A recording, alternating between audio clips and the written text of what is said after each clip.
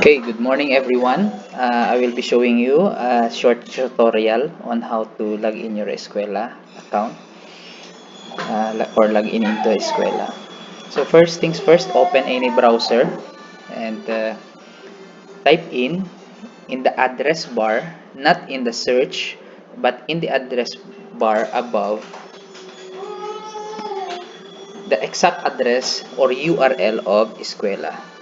Without spaces or without any other characters, the spelling must be precisely correct. So type here eskuela.antiquespride.edu.ph.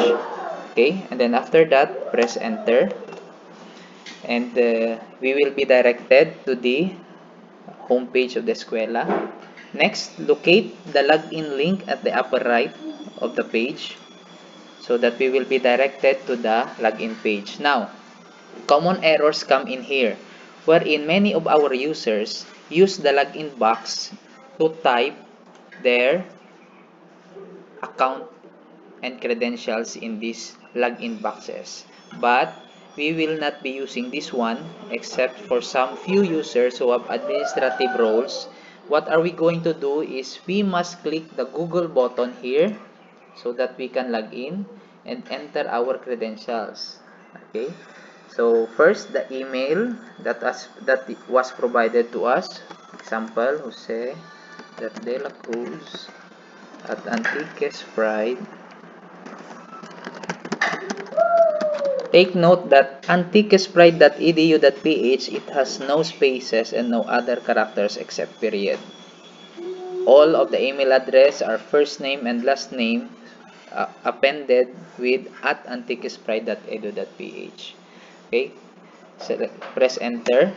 And if it is your first time to log in, okay, first things first, type in the password that was given or emailed to you. Tempo. Okay. If it is your first time to log in, you will be asked by the service to change your password or update your password. So you will be giving a new password. Make sure that your password will be strong or must be strong. It must contain letters, numbers, special characters. Okay. So, and then it must be at least 8 characters in length. Okay.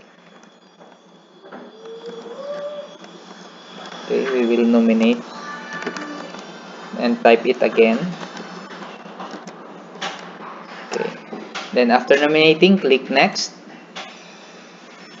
And now, you can see that your escuela, you have already successfully logged in into your escuela. For some accounts, no, that were already logged in and enrolled by the teachers previously, so you can see your courses inside here. But if it is your first time, you will not see any subjects that are present in your dashboard.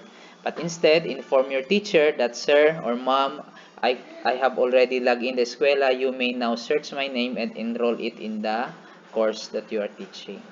Okay, so this is it for the short clip on how to log in your escuela account.